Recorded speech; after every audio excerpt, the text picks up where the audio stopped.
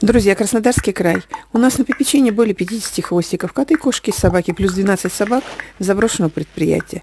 Только у Анны во дворе дома проживает 30 собак и 10 котов и кошек в доме. Все они бывшие бездомные без исключения. Среди котов вот этот двухгодовалый котик Масик, который очень ласковый, послушный и всеядный малыш.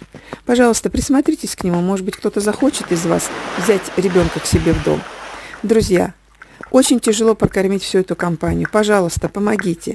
Потому что мы варим каши, добавляем хлеб и разводим это водой, чтобы накормить всех.